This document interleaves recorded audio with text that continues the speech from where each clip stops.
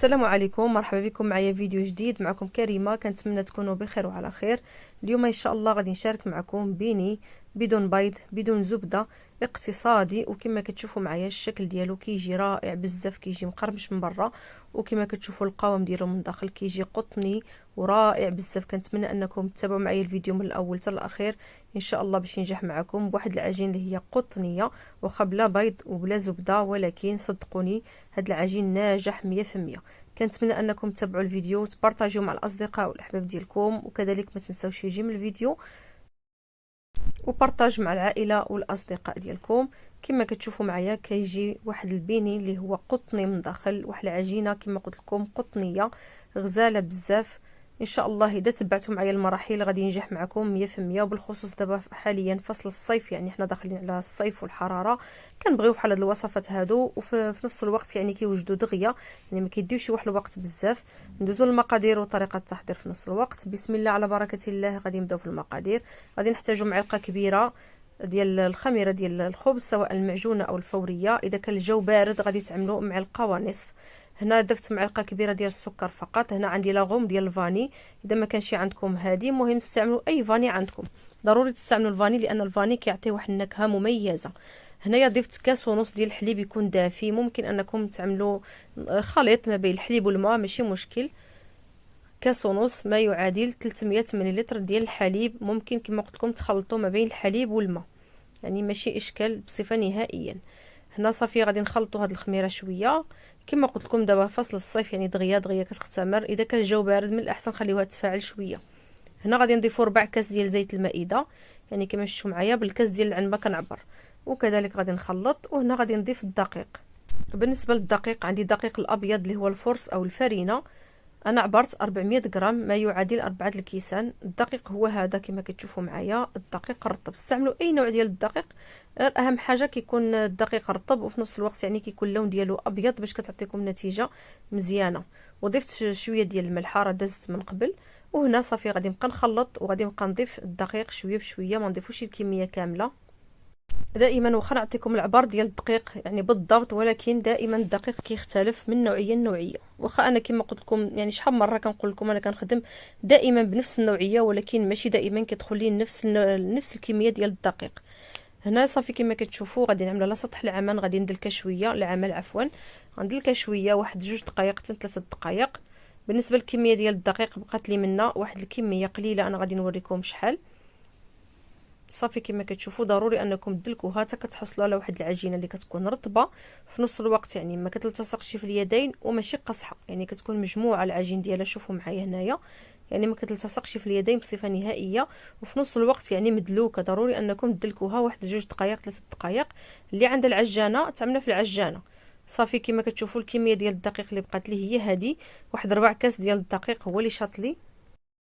وبعض المرات كتدخل لي هذوك 4 ديال الكيسان كامله، يعني ما يعادل 400 غرام. هنا عملتها تختمر، كيبقى دائما على حسب الجو. بما ان الجو دابا حاليا سخون، 4 ساعات كانت اختمرت، ما كديش الوقت بزاف.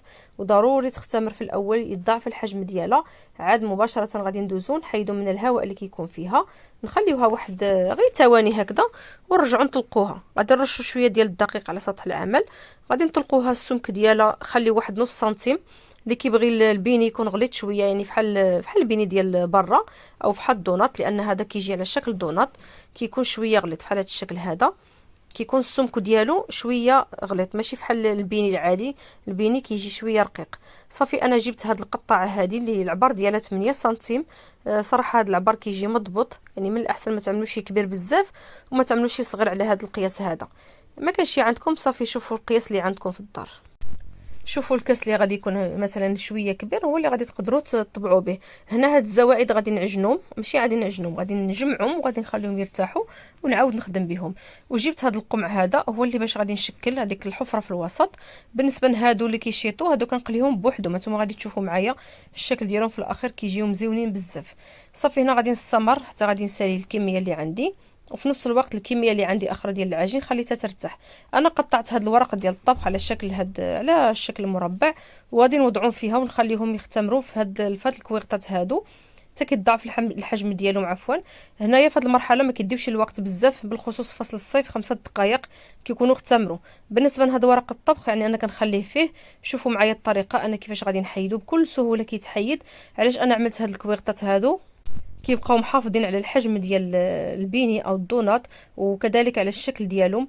اذا ما كانش عندكم توفر ماشي ضروري، صافي غادي تخدموا الطريقه ديالكم العاديه، غادي تعملوهم فوق واحد المنديل وغادي تهزوا البيني ديالكم عادي وتقليوهم. اهم حاجه في القلي ديال هاد البيني او الدونات، الزيت في الاول تكون سخونه مزيان، ولكن ملي كنبغيو نعملوا البيني كنقصوا النار اقل من متوسطه غير شويه صافي، وكنوضعوا البيني حتى كتشوفوهم بداو كيتحمروا من الجوانب، عاد كتقلبوهم. يعني هاد لي بيني هادو بلا ما ترشوا عليهم الزيت، لانهما اصلا ما كينتفخوش، يعني ما كيجيوش خاويين من الداخل، يعني كيبقاو كما شفتوا معايا في الاول ديال الفيديو. صافي انا غادي نستمر بنفس الطريقه. هنا كما قلت لكم النار اقل من المتوسطه غير شويه، وكنوضعوهم وحده بوحده. انا هاد المقله هزت لي جوج، نتوما على حسب المقله ديالكم. شوفوا معايا هنايا بالعود ديال الشواء هو باش كنخدم، يعني غير كنعليه شويه وما تخافوش منه، راه ما كيكونش سخون، كنحيدو بكل سهوله. يعني الطريقه راه سهله، وكنخدم بهذه الطريقه هذه كتجيني اسهل.